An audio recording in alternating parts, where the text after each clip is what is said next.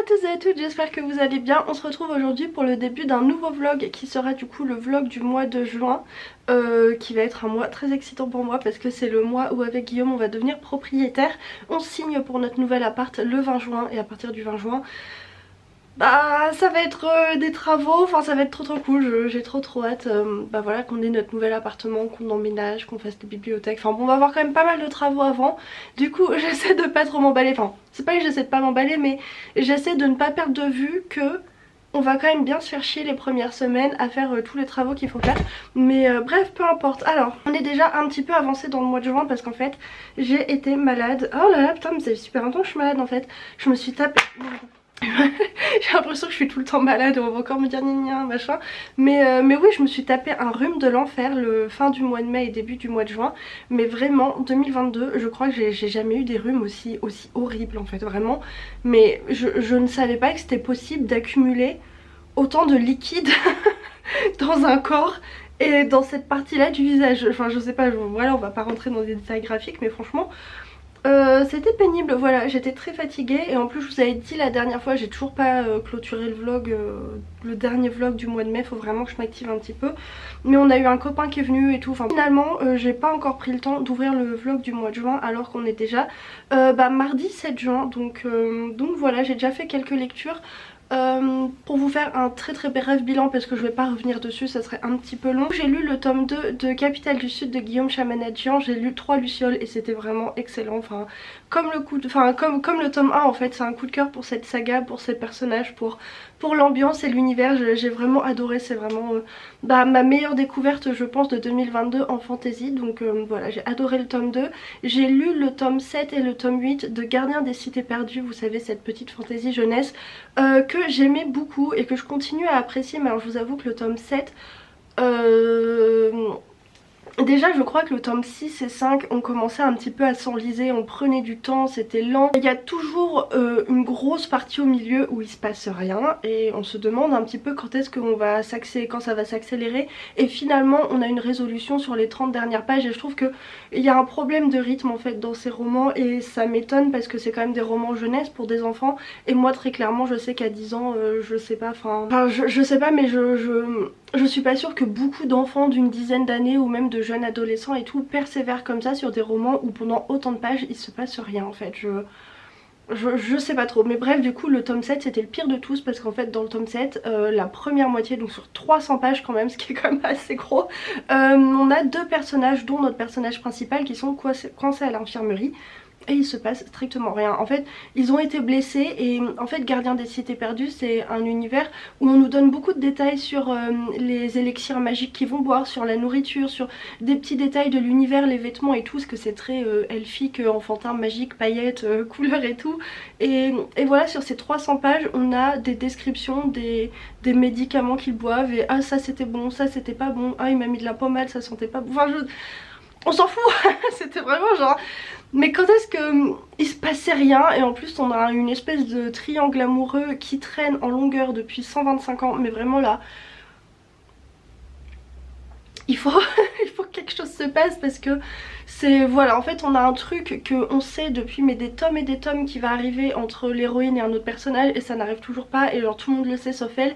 Tu commences à te dire qu'elle est quand même sacrément cruche. Enfin bref, le tome 7 c'était vraiment pas une réussite, d'autant plus que non seulement il passe 300 pages dans l'infirmerie à ne rien faire, mais à la fin quand il se passe des trucs, c'est même pas des trucs intéressants, enfin c'est une petite action, enfin je sais pas, c'est un peu d'action à la fin mais rien de folichon. Le tome 8 était meilleur mais je trouve quand même qu'on traîne vraiment en longueur, les tomes sont de plus en plus longs et il se passe de moins en moins de trucs donc ça commence à être un petit peu... Enfin le tome 8 était sympa mais voilà, ça reste une lecture agréable hein, mais franchement bon, je trouve que c'est quand même de plus en plus longuet. Ensuite en science-fiction j'ai lu Le Nom du Monde des Forêts de Ursula Le Guin qui est un court roman de science-fiction qui se situe dans le même roman que le Didaka.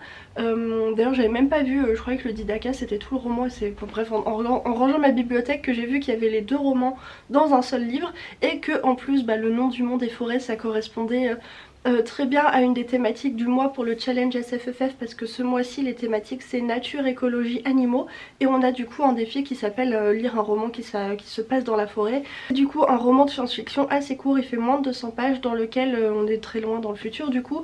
Une colonie terrienne est en fait venue s'installer sur une planète très éloignée de la Terre pour y prendre du bois en fait. Parce qu'en fait c'est une planète où il y a de l'océan et de la forêt, c'est-à-dire tous les endroits où il y a de la terre, il y a de la forêt, et que sur Terre, à cause des désastres écologiques, on n'a plus du tout de bois. C'est devenu une ressource qui a énormément de valeur, donc on a envoyé des bûcherons sur cette planète pour récupérer le bois, sauf que sur cette planète il y a une race extraterrestre qui est d'ailleurs des humains de la même famille des humains mais qui ont évolué différemment, mais en fait on a la même, enfin les humains ont la même souche que du coup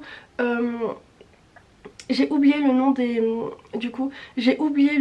ce peuple extraterrestre qui est sur cette planète, mais c'est du coup voilà, des humains qui sont très petits, qui font 1 mètre et qui ont de la fourrure, mais qui sinon sont des mammifères humains comme nous, qui ont du coup un mode de civilisation qui nous ressemble pas trop, parce qu'ils sont très orientés nature, forêt du coup, puisque c'est leur monde, c'est leur univers, donc ils sont très liés à la forêt, à la nature. Et ils ont aussi une particularité qui est qu'ils rêvent, mais ils rêvent éveillés, en fait ils ont tout un mode de conscience qui est le rêve, et en fait ils distinguent la vie du monde et la vie du rêve, mais en fait la vie du rêve n'est pas moins importante que la vie du monde, et les rêveurs ont un statut particulier dans leur société. Et en fait on est du coup sur une histoire assez basique de colons terriens qui vont vouloir s'approprier les richesses, avec notamment un personnage masculin qui est vraiment l'archétype de l'homme qui pense que son statut d'homme, je dis pas homme au sens mâle, mais que son statut d'espèce supérieure lui donne tout pouvoir sur absolument tout le reste. Enfin vraiment vous savez, cette facette de l'humanité qui est pas franchement reluisante, qui nous fait croire que on peut disposer de toutes les ressources naturelles parce qu'on est les plus intelligents et les plus forts, et il y a une belle critique de ça, c'est très bien fait, le personnage est très intelligent, très caricatural dans ce genre là, mais fait avec intelligence, parce que elle nous montre bien les ressorts psychologiques et de construction sociale qui font que ce personnage là se sent comme ça, tous les pouvoirs, cette espèce de violence et de ce mépris qu'il ressent pour tous les autres, le fait qu'il se sente voilà si supérieur, et il y a, enfin bref, c'est vraiment très très bien fait. Et on a du coup le peuple d'extraterrestres qui va se rebeller, qui va essayer de récupérer sa planète et tout. C'était très bien fait, je trouve que l'histoire est très simple. Bon déjà c'est un roman qui fait moins de 200 pages, mais elle est très riche en même temps en réflexion, en subtilité aussi. Il y a plein de petits détails, plein de petites choses qui font que c'est vraiment un roman qui est très intéressant, même si voilà, l'histoire principale, la trame principale reste très simple. J'ai beaucoup aimé, voilà, j'ai eu du mal au début parce que j'étais un petit peu... En fait je trouvais que tout était très intéressant mais j'arrivais pas à être captivée, et en fait il y a un moment, je sais pas, ça a décollé, je me suis sentie plus prise par ce qui se passait, et bref du coup j'ai beaucoup aimé ce petit roman. C'est pas incroyable, ça reste très court, mais voilà, je trouve que ça montre à quel point Ursula Le Guin était quand même une femme de très grand talent, parce que il y a vraiment une profondeur de pensée et une richesse des références et des réflexions, même si c'est que des petites choses évoquées à chaque fois. En fait parfois tu vas lire un paragraphe et tu vas dire ah oui c'est vrai, et tu penses ça te fait penser à un truc, et enfin bref c'était très chouette. Non, je vous reprenais surtout du coup parce qu'à la base je voulais pas vous parler autant de... J'ai lu que ça début du mois. Oui c'est ça, parce que j'ai aussi du coup commencé ces 2 lectures en cours. J'ai un tout petit peu dépassé la moitié du recueil de nouvelles 10 légendes des âges sombres de Jean-Marc Ligny, qui est un recueil voilà, de 10 nouvelles climatiques, apo, post-apo, parce qu'en fait on se situe en... Je sais pas trop je sais pas trop quand on se situe dans le futur, mais pas dans un futur très lointain. Et en fait à force de destruction de la planète, de la faune, de la flore, bon bref, à cause de toutes les raisons écologiques que vous connaissez, on est arrivé à un stade où les conditions climatiques sont extrêmement difficiles. Il y a des épisodes climatiques violents qui sont de plus en plus fréquents, et surtout il fait très très chaud, c'est la sécheresse, il n'y a plus d'eau, il n'y a plus de... il y a plus de récolte et tout. Et en fait c'est 10 nouvelles qui vont... Alors si j'ai bien compris, mais je pense qu'à ce stade là du du recueil, j'ai assez bien compris. C'est du coup 10 nouvelles qui se situent dans le même futur, dans le même univers. En fait, si j'ai bien compris, Jean-Marc Lény, il a imaginé ce futur qui est en gros son univers dans lequel il se balade, il travaille. Et dans ses romans et du coup dans ses nouvelles, il explore des facettes et différentes zones géographiques de ce futur. Mais en fait, on va y croiser les mêmes groupes, certains éléments communs, puisque voilà, il a imaginé que il y aurait par exemple des enclaves, c'est-à-dire des villes protégées par voilà, de la technologie, dans lesquelles voilà, des villes extrêmement privilégiées où tu as accès aux ressources, où tu es soigné et tout, et qui sont fermées, qui sont fermées aux réfugiés climatiques. Il a imaginé tout un truc sur les réfugiés climatiques. Il y a aussi deux groupes de personnes, deux groupes en fait qu'il a imaginé. Les bouts de feu d'un côté qui sont des espèces de personnes qui sont devenues fous et qui veulent absolument tout brûler pour achever l'apocalypse et que tout le monde meure. Il a aussi imaginé le groupe des mange-morts qui sont des hommes qui sont revenus à un état très primitif, qui sont devenus fous et qui en fait sont devenus cannibales et qui errent un petit peu dans la terre dévastée pour trouver des colonies et manger les gens. Il y a quoi d'autre? Enfin bon bref, il a imaginé pas mal de choses comme ça qu'on va retrouver d'une nouvelle à l'autre, et je crois qu'on va retrouver aussi dans ses romans si je me trompe pas. Je trouve qu'il y a vraiment des histoires intéressantes. Certaines nouvelles sont plus longues que les autres et c'est celles que j'ai préférées, puisque c'était celles dans lesquelles on avait plus le temps de s'attacher au personnage, il plantait plus un décor et tout. Et voilà, pour l'instant ça me plaît bien. Par contre vraiment ne pas lire ce roman, enfin ne pas lire si vous êtes déprimé, si vous êtes anxieux à cause des événements du futur climatique et tout, parce que c'est vraiment très pessimiste et c'est très alarmant et c'est franchement flippant. Alors du coup j'ai commencé Seconde Humanité de Adrien Mangold, que j'avais acheté à l'auteur aux Imaginales, qui est du coup un roman paru aux éditions HSN, et en fait j'ai reçu en service presse le dernier roman de l'auteur qui est de la fantasy, c'est Journal intime d'un dieu omniscient. Mais j'avais envie de commencer par son premier roman qui est du coup de la science-fiction post-apo, et post-apo voilà, c'est pas mal comme concept. Mais voilà, là du coup j'ai dépassé la moitié du roman. Oui c'est ça, j'ai dépassé de peu la moitié du roman et ça me plaît vraiment bien. Mais en fait j'ai cru pendant les 50 et plus premières pages, en fait franchement il y a combien de pages là dans cette première section? Il y a 70 pages, un peu plus de 70 pages. Franchement dans les 60 premières pages j'ai cru que j'allais abandonner, parce que je suis confrontée au problème que j'aime pas du tout le style de l'auteur. Ce qui est un problème quand même, parce que c'est un style qui est très marqué je trouve, et il se trouve que je n'aime pas du tout ce style, et donc je voulais vous parler un petit peu de ça. Mais sinon avant, pour vous faire un résumé et vous expliquer un petit peu pourquoi il y a une bande noire, c'est du coup un roman post-apo, on se situe assez loin dans le futur de l'humanité. Il y a eu une apocalypse climatique justement qui a fait que les hommes ont dû énormément se réorganiser. En fait il y a eu ce qu'on appelle le Grand Bleu, qui a été une immense montée des eaux qui a englouti toutes les villes connues. Les hommes ont dû construire des cités sous-marines, sauf que bon ça a pas trop bien marché. Ils ont aussi dû construire des espèces de grandes tours, d'ailleurs je crois que c'est ce qu'on voit ici, pour recycler le dioxyde, pour recycler le carbone, parce qu'en fait enfin bref il s'est passé des trucs qui fait que maintenant l'humanité vit dans des espèces de grandes villes, enfin bon bref on va pas s'étendre là-dessus. Bref il y a eu du coup ce désastre climatique qui a totalement remodelé la géographie du monde, et qui a totalement remodelé la civilisation, les organisations sociales, les pays, les ordres et machin tout ça. Il y a eu une guerre, il y a eu pas mal de choses, et bref on est à ce stade là. Les choses vont plutôt bien, sauf qu'en fait on va suivre un homme qui est en train de faire sa lune de miel, et en fait son collègue va l'appeler en catastrophe puisque un virus extrêmement mortel s'est échappé de leur laboratoire. Un virus qui est en train de décimer la population de leur ville, qui est une des seules villes au monde, donc il faudrait quand même qu'il fasse quelque chose. Et du coup il va rentrer du coup chez lui pour se mettre au travail, et il va essayer de bosser un petit peu là-dessus. En fait à un moment les personnages vont se retrouver en présence d'une liasse, d'un manuscrit qui leur est adressé, et en fait c'est l'histoire de... C'est un roman en fait, c'est une histoire qu'une personne leur adresse et leur raconte l'histoire de plusieurs personnages au moment justement du Grand Bleu, au moment de la guerre qui s'est passée quand voilà là il y avait la montée des eaux et tout.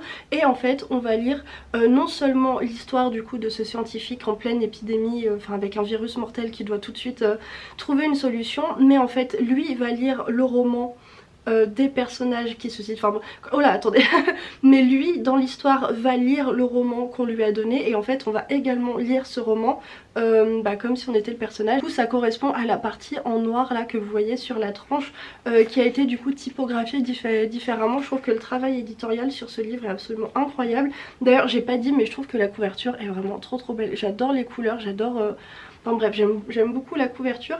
Et donc on va lire le roman en même temps que le personnage, et j'imagine que les événements vont nous éclairer, peut-être donner une solution et tout, mais du coup c'est très intéressant parce que on a les deux temporalités avec les deux apocalypses en fait, à la fois la première apocalypse dans le temps qui est du coup cette apocalypse climatique avec la montée des eaux, il y a la guerre, il faut, enfin bon bref, il se passe plein de trucs, dans laquelle on va suivre un jeune soldat, une enfant qui se retrouve au milieu de tout ce bazar en fait, et qui vont essayer de survivre et de, bon bref, de faire des trucs.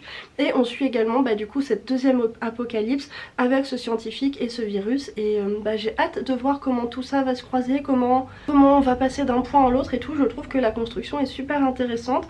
Et voilà, du coup l'histoire me plaît vraiment beaucoup, même si je dois bien avouer que je me suis pas du tout attachée au premier personnage, du coup le personnage du scientifique, que j'ai trouvé assez antipathique. Enfin je veux dire, je captais pas du tout ses émotions, mais j'étais peut-être encore dans le stade où le style de l'auteur me bloquait vraiment, et bref, mais dans tous les cas j'ai pas trouvé le personnage très sympathique. Mais par contre j'aime beaucoup les personnages et j'aime beaucoup l'histoire de la temporalité qui se passe dans le passé. J'aime beaucoup le personnage du soldat, j'aime beaucoup le personnage de l'enfant, j'adore tout ce qui se passe là-bas. Je trouve que c'est hyper saisissant au niveau de l'imagination, c'est cette montée des eaux impressionnante, le grand bleu avec les villes sous-marines, les sous-marins et tout. Enfin j'aime vraiment beaucoup, j'adore cet univers, et je le trouve beaucoup plus facile à visualiser que l'univers de notre temporalité dans le présent, parce qu'en fait on a eu des descriptions. D'ailleurs je trouve qu'on a eu des descriptions où j'ai trouvé que c'était pas très bien amené, parce que le mec il apprend qu'il y a un virus mortel qui est en train de décimer la population et tout. Il est dans un moyen de transport et il est en train de nous faire des longues descriptions d'architecture en première personne. Je trouvais que ça collait pas trop, mais bref, ces descriptions là j'ai eu beaucoup de mal à les visualiser et ça m'a un petit peu braqué. Mais bref, du coup pour en revenir au problème que j'ai avec le style, alors je n'aime pas du tout le style et c'est totalement indépendant de ma volonté et de celle de l'auteur. En fait c'est pas des considérations esthétiques, c'est pas une question de est-ce que je trouve ça beau ou est-ce que je trouve ça poétique et tout. Déjà si vous me suivez un petit peu, vous savez que de manière générale j'aime mieux les styles simples, parce que c'est ma manière de lire. Et en fait quand je lis de la fantasy, de la science-fiction et tout, ce que je recherche c'est pas des plumes travaillées, des plumes poétiques, je recherche pas la beauté de l'écriture. J'aime les histoires, j'aime les univers, j'aime les personnages, et voilà, quand je veux lire une belle plume, quand je veux de la poésie, je me tourne vers autre chose comme lecture. Ce qui veut pas du tout dire, parce que je veux pas du tout insinuer quoi que ce soit, ce qui veut pas du tout dire que la fantasy, la SF et tout sont pas des vraies littératures capables de faire de la poésie, des belles phrases et tout, c'est pas du tout ça. Enfin je veux dire, il y a des tas d'auteurs qui ont une plume magnifique. Comment il s'appelle, merde, Stéphane Plateau, il a une très très belle plume. Enfin bon bref, c'est pas ça du tout que je dis, mais moi personnellement c'est pas ça que je recherche dans les romans de fantasy, et même souvent dans les romans d'imaginaire, et même souvent les plumes travaillées ont tendance à me bloquer parce que ça me fait perdre en fluidité de lecture. Je m'explique. J'espère que ça va pas être mal interprété ce que je dis, et qu'en même temps on va pas me faire la leçon dans les commentaires en mode oui mais c'est ton problème, tu lis trop vite, il faut savourer machin. Non mais je lis comme je veux. En fait quand je lis vite. Je n'aime pas lire lentement. Vous savez, il y a des gens, et peut-être que vous en faites partie, qui quand ils lisent ils aiment savourer, ils prennent leur temps, ils profitent des phrases et tout.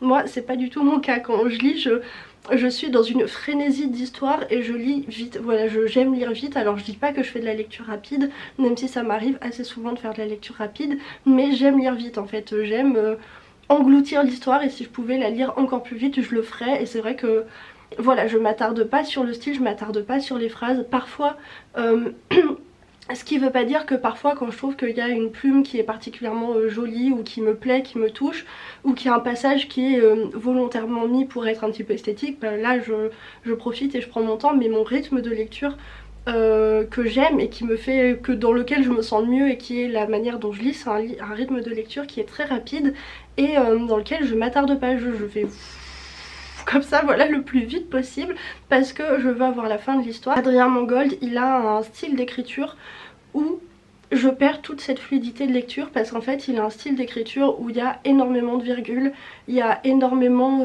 d'appositions, il modifie énormément la structure de phrases classiques, la structure grammaticale sujet, verbe, complément pardon, qui est la structure de base à laquelle on est habitué, et qui est aussi la structure de base où en fait on a le début de l'information et la fin de l'information, ce qui fait que j'aime bien les styles assez simples comme ça, parce que du coup quand je commence ma lecture, j'ai le début de l'information, fin de l'information, ce début de l'information, fin de l'information, et ça déroule comme ça. Et en fait Adrien Mangold il modifie énormément les structures de phrases, il fait beaucoup de clivage, de dislocation, il modifie les places des sujets, il fait beaucoup, il y a énormément de virgules et moi j'aime pas du tout les virgules, j'aime pas ça, voilà, j'aime pas ça.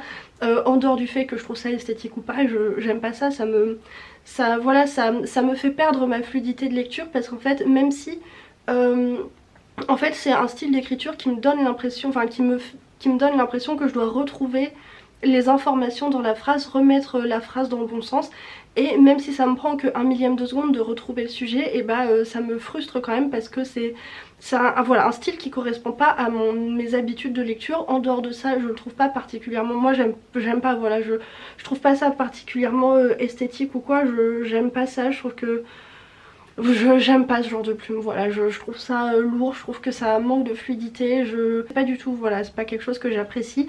Donc j'ai beaucoup peiné, voilà, sur les 60 premières pages, j'ai beaucoup aimé, j'ai vraiment hésité à abandonner.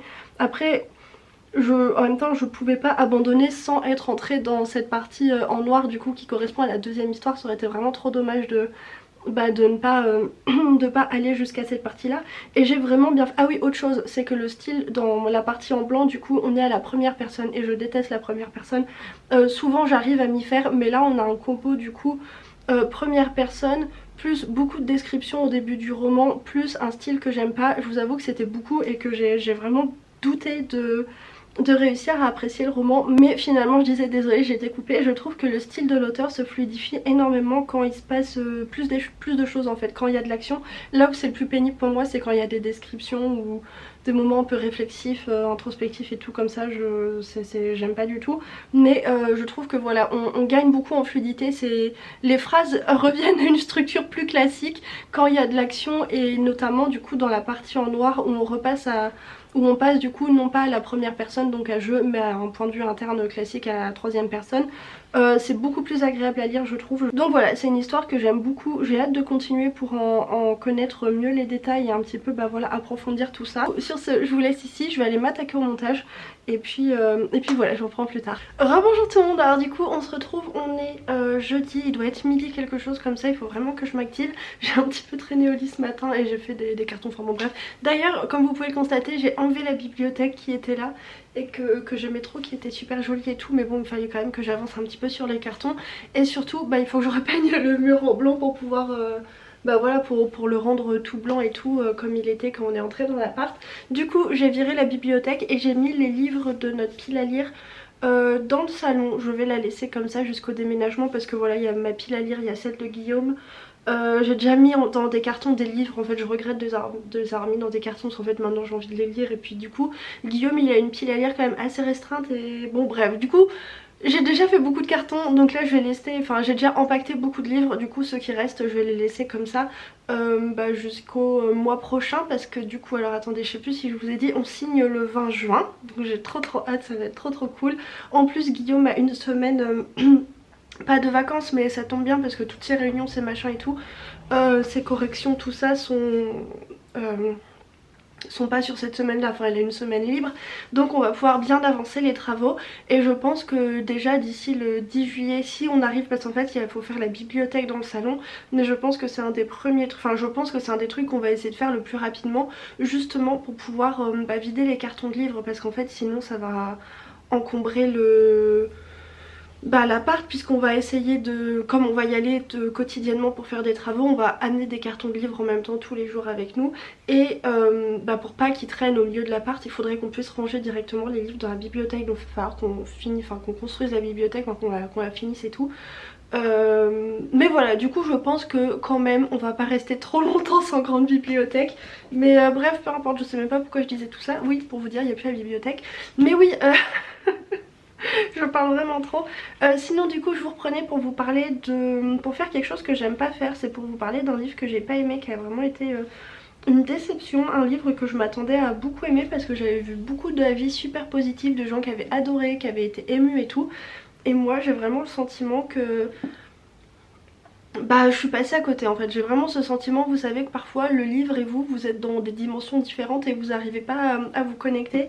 C'est ce qui s'est passé pour moi du coup avec Seconde Humanité d'Adrien Mangold, dont j'ai commencé à vous parler hier. hier ou avant-hier, je sais plus, quand je vous en ai parlé, j'étais plutôt positive parce que j'étais rentrée dans la partie du roman que j'ai bien aimée, c'est-à-dire la partie du coup, la première partie du roman Enchâssé. Et en fait, bah, j'ai bien aimé jusqu'à la moitié, le deuxième tiers de cette partie-là du roman parce qu'en fait, j'ai beaucoup aimé les éléments que nous posait l'auteur. J'ai adoré le contexte avec la montée des eaux, ça faisait rêver, c'était beau, j'ai bien aimé. Et j'ai bien aimé les histoires qui se profilaient, les liens entre les personnages et tout. Et en fait, bah, quand on arrive vers la fin de cette partie-là et que les choses commencent à se résoudre, que les actions commencent à avoir des conséquences et tout, ou pas justement, bah, j'ai commencé à être très déçue parce que j'ai vraiment eu le sentiment de... Je sais pas comment dire, c'est un peu compliqué le sentiment que j'ai eu à la lecture parce qu'en fait j'ai vraiment eu ce sentiment de scènes successives, mais j'ai jamais réussi à capter le schéma d'ensemble, à cerner les enjeux généraux. Je voyais les personnages faire des trucs mais en fait ce qu'ils faisaient n'aboutissait à rien et ça avait pas d'incidence sur l'histoire générale, enfin sur le monde autour d'eux. Et vraiment j'ai eu l'impression que d'un brassage d'air général en fait, et je voyais pas où on allait. Voilà, en fait j'ai vraiment eu l'impression que les personnages et ce qu'ils faisaient ça n'avait jamais d'incidence parce qu'en fait quand j'arrive à la fin de l'histoire je me dis que qu'ils aient été là ou pas, qu'ils aient fait des choses ou pas, ça n'aurait rien changé finalement. Les choses auraient évolué tout... En fait qu'ils soient là ou pas, les choses auraient évolué de la même manière. Et j'ai vraiment eu cette sensation de... Bah enfin j'étais... Assez rapidement j'ai commencé à me détacher de ce qu'il faisait, de ce qu'il voulait, parce que j'avais pas l'impression, enfin j'ai pas réussi à connecter les actions des personnages et l'histoire des personnages avec l'ensemble du roman. Je sais pas si vous voyez ce que je veux dire. Bref, globalement je suis totalement passée à côté et au début j'aimais bien parce que c'était la mise en place des éléments, et en fait au fur et à mesure que les choses se déroulaient et qu'elles aboutissaient, j'étais de plus en plus déçue. Ça manquait aussi pour moi de contexte et d'explication à pas mal de niveaux. Par exemple on a deux camps qui se font la guerre et je trouve que leurs raisons de se faire la guerre n'ont pas de sens, sont pas logiques. J'ai trouvé que c'était comme s'il fallait qu'il y ait deux camps qui se fassent la guerre et du coup il y avait une raison artificielle, mais en fait si tu creuses il n'y a aucune raison qu'il se fasse, enfin il n'y a pas de raison qu'ils se fassent la guerre. Et d'ailleurs c'est un peu confirmé par la fin où finalement bah il se passe des trucs et bah en effet il n'y avait pas de raison de se faire la guerre. Enfin je sais pas, j'ai trouvé que ça manquait de contexte et de... Oui ça me manquait, j'y ai pas cru en fait, j'y ai pas cru, je voyais pas pourquoi il faisait ça avait pas de sens pour moi. Il y a aussi un autre truc qui a manqué d'explication pour moi, c'est en fait on a un élément surnaturel, enfin on a un aspect surnaturel qui est lié à un personnage et en fait on sait pas comment, pourquoi ce personnage il a ces dons un peu magiques là, pourquoi ça tombe sur lui. Et puis du coup il y a ce côté un petit peu artificiel de... C'est la seule personne de l'univers apparemment à avoir une espèce de don magique et évidemment le personnage tombe sur elle, mais en même temps ça change rien. Enfin je sais pas, ça manquait d'explication pour moi, qui, comment, pourquoi. Alors après je comprends ça, l'idée de pas nous donner de réponse à pourquoi la personne a ces talents là, parce que ça rajoute du mystère. Mais en fait ce que j'ai pas aimé c'est que l'utilisation des pouvoirs, enfin l'utilisation de cet élément surnaturel était utilisée pour sortir à chaque fois les personnages du pétrin. En fait ça désamorçait toutes les actions des personnages et c'est aussi pour ça que je me suis pas attachée et que j'ai pas réussi à trouver un enjeu et tout dans ce que faisaient les personnages. C'est qu'en fait dès que les personnages étaient dans le pétrin ou dans une situation difficile, hop il y avait cette espèce d'élément surnaturel qui les sortait de la situation difficile. Et ça faisait un petit peu grosse ficelle de bah il faut qu'il y ait une situation compliquée et il faut que les personnages en sortent. Du coup pour que les personnages en sortent on utilise cette... bah voilà ce ressort là, sauf que en plus ça s'est produit plusieurs fois et pour moi ça faisait vraiment que du coup les actions se concluaient de manière décevante. Et j'ai un peu eu ce sentiment là à plusieurs points du roman que en fait il y avait une situation compliquée et que l'auteur sortait un petit peu un truc de son chapeau pour arranger la situation. Donc il y avait soit cet élément surnaturel là, mais aussi en ce qui concerne le virus, il y a deux du coup dans la partie en blanc, parce que voilà dans la deuxième histoire il y a deux éléments qui concernent le virus qui tombent un petit peu du ciel. J'y ai pas cru au début, j'ai aimé le contexte, j'ai aimé l'univers, mais plus on avançait, moins je croyais à l'univers, moins je croyais à ce que faisaient les personnages, moins je croyais aux éléments qui nous étaient annoncés, qui arrivaient et tout. Donc voilà, malheureusement c'est du coup une lecture très mitigée parce que j'ai bien aimé le contexte, j'ai bien aimé certaines idées, certains points de l'univers, mais j'ai pas compris où l'auteur voulait nous emmener, j'ai pas compris ce qui... J'ai pas compris, j'ai pas capté l'esprit du livre, j'ai pas compris ce que l'auteur voulait nous dire. j'ai pas aimé, j'y ai pas cru, j'ai trouvé que les sujets qui auraient pu être intéressants étaient survolés parce que finalement on parle de violence, on parle de guerre, on parle d'écologie, mais j'ai l'impression que rien n'est... Les choses ne s'assemblent pas ensemble et ne sont pas assez approfondies pour moi. Mais voilà, du coup pour cette lecture je peux vraiment pas vous en dire grand chose de plus. Croyez-moi, je suis super déçue, je voulais vraiment l'aimer parce que l'auteur était très sympathique aux Imaginales, que j'ai son nouveau roman de fantasy et que j'adore le post-apo et que j'adore la couverture. Mais bah voilà, ça arrive parfois des lectures comme ça où on passe à côté, mais ça fait jamais plaisir. Donc voilà du coup pour cette lecture. Et sinon, comme je vous le disais, je suis dans la lecture du tome 2 des Sentiers des Astres, donc du coup Shakti de... oui c'est ça, Shakti de Stéphane Plateau.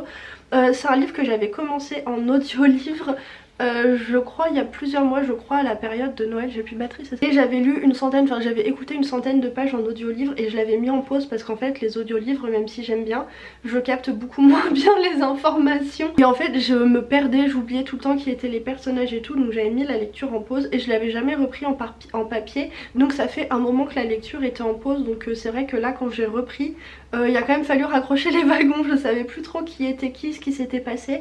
Mais les éditions J'ai lu ont eu une très bonne idée, c'est qu'en fait ils nous ont mis au tout début du roman une liste des personnages, de qui ils étaient et vite fait de leurs actions dans les derniers tomes, ce qui fait que ça permet quand même de se remettre les choses en tête et surtout que quand il y a un nom de personnage, parce qu'en plus c'est que des noms de fantasy, ce qui fait que j'ai un petit peu de mal à enregistrer et voilà, du coup dès qu'il y a un nom de personnage et que je sais plus trop qui c'est, bah, je retourne vers ce petit résumé et ça me permet de me remettre les choses en tête. Et puis voilà, c'est trop bien, je crois que je préfère ce tome là au tome précédent. Je trouve qu'il y a une immersion incroyable dans cet univers. J'appréhendais un petit peu parce que comme ça faisait longtemps que j'avais pas remis le nez dans cet univers, j'avais peur d'être un petit peu, bah voilà, de rester un petit peu sur le côté de la route et ne pas profiter de ma lecture, enfin pas réussir à rentrer dans ma lecture. Et en fait je suis vraiment mais retombée dedans, j'ai glissé dedans en fait, voilà, et c'est trop bien. Voilà, bref, ça fait déjà un moment que je parle, je commence à en avoir marre de parler toute seule dans ma chambre. Du coup je vais vous laisser ici et puis voilà, du coup je vous laisse ici et puis je reprends plus tard. Alors rebonjour tout le monde, on se retrouve, on est vendredi, bientôt midi, je suis désolée, il y a la fenêtre ouverte, la machine derrière moi, mais je parle suffisamment fort je pense pour couvrir le bruit. Je vous reprends du coup parce que j'ai terminé hier soir le tome 2 des... Bon, toujours comme ça, je commence toujours par dire non mais je veux pas fermer les fenêtres, il fait trop chaud et finalement je ferme toujours les fenêtres. Du coup attendez parce que je vous ai bougé au passage, qu'est-ce qui s'est passé? Parce que j'ai pété mon trépied aussi alors. Je disais du coup que hier soir j'ai terminé le tome 2 des Sentiers des Astres, donc Shakti de Stéphane Plateau, et franchement c'était génialissime. Je crois que j'ai vraiment un coup de cœur pour ce tome 2 que j'avais pas eu pour le tome 1 parce que même si j'avais adoré le tome 1, il manquait tellement... Enfin en fait c'est une lecture qui est tellement particulière, enfin l'auteur il a une manière très originale de nous lancer dans le roman en nous donnant tellement peu d'éléments.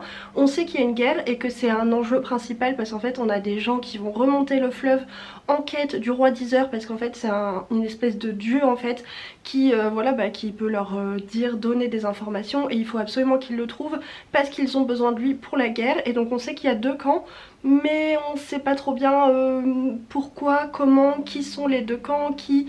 Bah on connaît pas trop les enjeux politiques de la guerre en fait, on sait juste qu'il y a une guerre et qu'il y a deux camps et que bon bref ceux-là sont partis. Et c'est un univers qu'on découvre petit à petit au fur et à mesure des récits des personnages parce qu'en fait la particularité des Sentiers des Astres c'est que notre narrateur principal c'est le barde de l'expédition qui est voilà, un mec de l'expédition mais qui a un statut quand même assez élevé dans la hiérarchie de l'expédition, qui nous raconte l'histoire. Et en fait à certains moments il y a des personnages qui prennent le relais et qui vont nous raconter leur histoire puisqu'en fait dans la narration les personnages doivent raconter l'histoire aux autres et donc du coup bah, nous aussi on découvre leur histoire en même temps. C'est du coup surtout par le biais de ces personnages là qui vont raconter leur histoire qu'on va découvrir des choses sur l'univers et notamment toute la mythologie qui est hyper intéressante parce que l'auteur a vraiment fait un mélange qu'on pourrait trouver bizarre et qui est un petit peu étrange mais qui fonctionne tellement bien. Il y a quelque chose de tellement envoûtant et prenant dans cet univers, quelque chose de très... On entre dans la forêt avec les personnages et on n'en ressort pas de la lecture en fait, vraiment on est dans cette ambiance, l'auteur il a un don incroyable pour nous faire sentir la forêt, pour nous donner à voir les couleurs, les textures, pour nous mettre vraiment dans la forêt, enfin c'est incroyable, un petit peu comme l'autrice de L'Ours et le Rossignol nous jetait vraiment dans la forêt en Russie, dans ce contexte un petit peu enneigé. Là on a la même chose mais dans une forêt qui est qui est sombre, qui est verte, qui est pas vraiment marécageuse mais qui a vraiment une présence très forte dans le roman. Et je sais plus du tout ce que je disais à la base, je ne parlais pas du tout de ça, mais c'est pas grave. Du coup ce tome 2 était très cool, même si faut bien avouer qu'on n'avance pas énormément dans l'intrigue, parce que c'est une particularité des romans que la quête des personnages avance vraiment très très lentement. Et c'est assez perturbant. D'habitude c'est pas le genre de roman que j'affectionne particulièrement, parce que j'aime quand même qu'il y a un minimum d'action.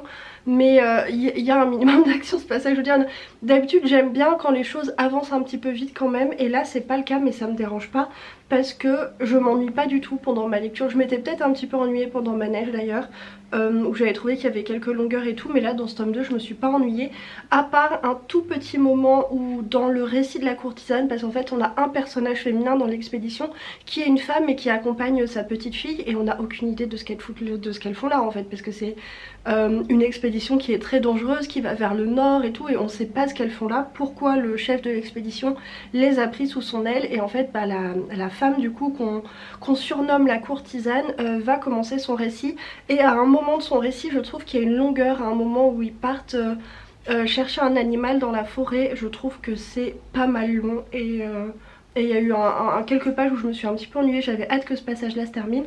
Mais sinon voilà, je suis tellement transportée à chaque fois par la plume et l'univers des personnages. Il a aussi une manière de trouver pile les bons mots, le bon vocabulaire pour faire ressortir la bonne émotion. Parfois c'est de l'humour parce que les personnages voilà, sont des guerriers, ils ont un petit peu, vous savez, cette verve guerrière, mais qui est pas... qu'il réussit à ne pas faire vulgaire, parce qu'en fait il va pas utiliser des jurons qu'on utilise nous dans la vie de tous les jours. Il va trouver des mots un petit peu oubliés qu'il va modifier, et je trouve que ça crée vraiment un vocabulaire très spécifique aux personnages du livre, que je trouve génial. Et vraiment il trouve toujours le bon mot pour faire sourire, pour faire rire, ou pour créer de la tension, pour créer de l'émotion, ou même il trouve toujours le bon mot pour faire une très belle description. Voilà, du coup je disais plutôt dans le vlog que j'étais pas forcément une grande fan des plumes travaillées, que c'était pas ce que je cherchais, mais vraiment Stéphane Plateau c'est une des exceptions à la règle, parce que je trouve que il a un talent incroyable pour nous réussir Il a vraiment une manière d'écrire que je trouve très belle, très poétique, très immersive. Pour en revenir du coup au récit de la courtisane, j'ai trouvé que son histoire était pas mal intéressante, et j'ai hâte d'avoir la suite, parce que bah du coup je me pose pas mal de questions, notamment sachant certains trucs du tome 3 et tout, et j'ai très hâte d'avoir la suite. Courtisane j'ai beaucoup aimé parce qu'on a ce côté bah encore forêt, parce que c'est encore un personnage qui est beaucoup dans la forêt, mais c'est pas du tout la même ambiance que la forêt où sont où sont les personnages dans le présent. Et j'ai adoré cette ambiance, j'ai adoré tous les rites, toute la culture de l'endroit d'où vient le personnage. J'ai trouvé que c'était passionnant, que c'était super intéressant. J'ai adoré le personnage de la mère, j'ai trouvé que les personnages de son histoire étaient super intéressants, plein de nuances et tout, enfin c'était... vraiment j'ai beaucoup aimé découvrir cet aspect là de l'univers. Et ensuite il y a une espèce de basculement, et on part dans un truc un petit peu onirique, bizarre, un cauchemardesque, et ça dure plusieurs pages et tout, et c'est vraiment, mais c'est une ambiance qui est très bizarre, parce que on est dans cet aspect onirique, cauchemar, mais un petit peu putride, gênant, malaisant et tout. Mais il y a un truc un peu...